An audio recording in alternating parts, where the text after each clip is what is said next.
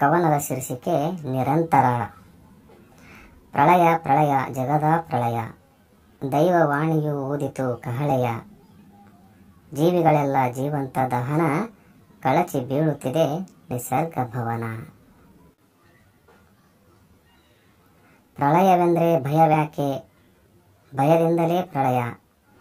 ಈಡೇರಿಸಿಕೊಳ್ಳಿ ನಿಮ್ಮ ಬಯಕೆಯ, ಬಯಕೆಯಿಂದಲ್ಲ ಪ್ರಳಯ.